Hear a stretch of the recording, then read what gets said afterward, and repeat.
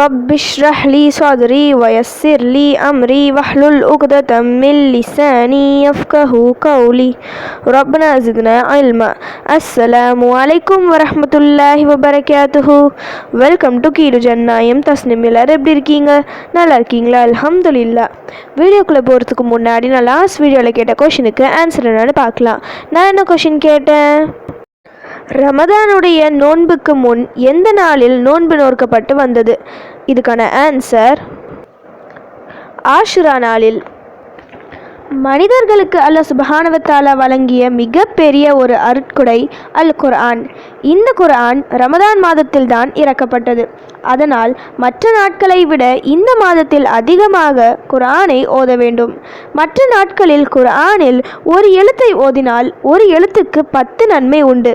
இதுவே ரமதான் மாதத்தில் ஓதும்போது அதை போல 70 மடங்கு, அதாவது 700 நன்மைகள், அதாவது ஒரு எழுத்துக்கு 700 நன்மைகள் நமக்கு கிடைக்கும். சும்மா ஒரு பேஜ் எடுத்து ஓதினாலே எவ்வளவு நன்மைகள் கிடைக்கும்னு கால்குலேட் பண்ணி பாருங்க. அதனால் இந்த மாதத்தில் அதிகமாக குர்ஆன் ஓதுற மாதிரி பாருங்க. குர்ஆனில் உள்ள ஒவ்வொரு எழுத்தும், ஒவ்வொரு ஆயத்தும், ஒவ்வொரு வசனமும், ஒவ்வொரு சூறாவும் சிறப்பானது தான். ஆனால் நபி ஸல்லல்லாஹு அலைஹி வஸல்லம் ஒரு குறிப்பிட்ட சூறாவை சிறப்பித்து கூறியுள்ளார்கள். இந்த சூறாவை ஓதினால் குர்ஆனின் 3இல் ஒரு பகுதிக்கு சமம் என கூறியுள்ளார்கள். மேலும் இந்த சூறாவை ஓதினால் அல்லாஹ் அவர்களை விரும்புகிறான் எனவும், இந்த சூறாவை பொருள் உணர்ந்து ஓதியவருக்கு சொர்க்கம் எனவும், முழு விருப்பத்துடன் மனசார இந்த சூறாவை ஓதி பிரார்த்தித்தால் நம் தேவைகள் நிறைவேறும் எனவும் நபி ஸல்லல்லாஹு அலைஹி வஸல்லம் அவர்கள் கூறியுள்ளார்கள். இந்த சூறாவின் சிறப்பை பற்றி பல சஹீஹான ஹதீஸ்கள் உள்ளன. நான் இவ்வளவு சொல்லும் போதே உங்களுக்கு தெரிஞ்சிருக்கும் நான் எந்த சூறாவை பற்றி சொல்கிறேன்னு. சூரா இஹ்லாஸ் தான் இந்த சிறப்பான சூறா. இந்த சூறா குர்ஆனின் 3இல் ஒரு பகுதிக்கு என்றால் இதை 3 முறை ஓதுனா முழு குர்ஆன் ஓதியதற்கு சமம். நன்மைகளை வாரி வழங்கக்கூடிய இந்த ரமதான் மாதத்தில் இந்த மாதிரி அதிக நன்மைகளை தரக்கூடிய அமல்களை செய்யும் போது அதிகமான நன்மைகளை பெறலாம். அந்த வகையில் சூரா இஹ்லாஸை ஒவ்வொரு நோன்பிலும் குறைந்தது 3 முறையாவது ஓதுங்க. அதிகபட்சம் எவ்வளவு முறை வேண்டும் என்றாலும் ஓதலாம். எவ்வளவு அதிகம் ஓதுறீங்களோ அவ்வளவு அதிக நன்மைகளை பெறலாம். பிஸ்மில்லாஹிர் ரஹ்மானிர் ரஹீம். குல் ஹுவல்லாஹு அஹத். அல்லாஹ் அவன் ஒருவனே.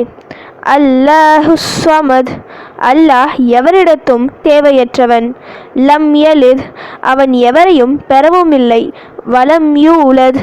எவராலும் பெறப்படவும் இல்லை. வலம் யகுல் லஹு குஃபுவன் அஹத். அன்றியும் அவனுக்கு நிகராக எவரும் இல்லை. இப்படி இந்த சூறாவை அதன் பொருள் உணர்ந்து விரும்பி ஓதி நீங்கள் துவா செய்யும் போது உங்கள் துவாக்களை அல்லாஹ் விரைவில் நிறைவேற்றுவான். சின்ன சூறா தான் இது. இதை ஓதினால் நன்மையும் அதிகமாக கிடைக்கும். நம் தேவைகளும் நிறைவேறும். அல்லாஹ்வின் நேசமும் கிடைக்கும். சொர்க்கமும் நமக்கு கிடைக்கும். இது எல்லாவற்றிற்கும் மேலாக குர்ஆனை அதிகமாக ஓத வேண்டிய இந்த ரமதான் மாதத்தில் இதை ஓதுவதால் எக்கச்சக்க நன்மைகள் கிடைக்கும். குறைந்த நேரத்தில் அதிக நன்மைகளை பெற்று தரக்கூடிய அமல்களில் இதுவும் ஒன்று. சூரா இஹ்லாஸை 3 முறை ஓதுனா முழு குர்ஆன் ஓதியதற்கு சமம் என சொல்லி வெறும் இந்த சூறாவை மட்டும் ஓதி குர்ஆன் ஓதாமல் இருந்துடக்கூடாது. குர்ஆனில் உள்ள ஒவ்வொரு வார்த்தைகளும் அல்லாஹ்வின் கலம். அதை நாம் முழுவதுமாக ஓதி பார்க்க வேண்டும். கூடவே இந்த சூறாவையும் தினமும் ஓதுங்க. சஹர் டைமில் ஒரு 3 முறை ஓதுங்க. ஒவ்வொரு வேளை தொழுகை முடிந்து 3 முறை ஓதி துவா செய்யுங்க. இஃப்தார் டைமில் நோன்பு திறக்கிறதுக்கு முன்னாடி இந்த சூறாவை 3 முறை ஓதி துவா செய்யுங்க. நிச்சயம் அல்லாஹ் சுப்ஹானஹு வ தஆலா உங்கள் அனைத்து துவாக்களையும் ஏற்பான். உங்கள் கஷ்டத்தை நீக்குவான் இன்ஷா அல்லாஹ். இந்த ரமதான் மாதத்தில் அதிக அமல்களை செய்வதற்கு நேரத்தையும் ஆரோக்கியத்தையும் அல்லாஹ் நமக்கு தருவானாக. ஆமீன். ஓகே, இப்போ ஃபைனலி கொஷின் டைம்.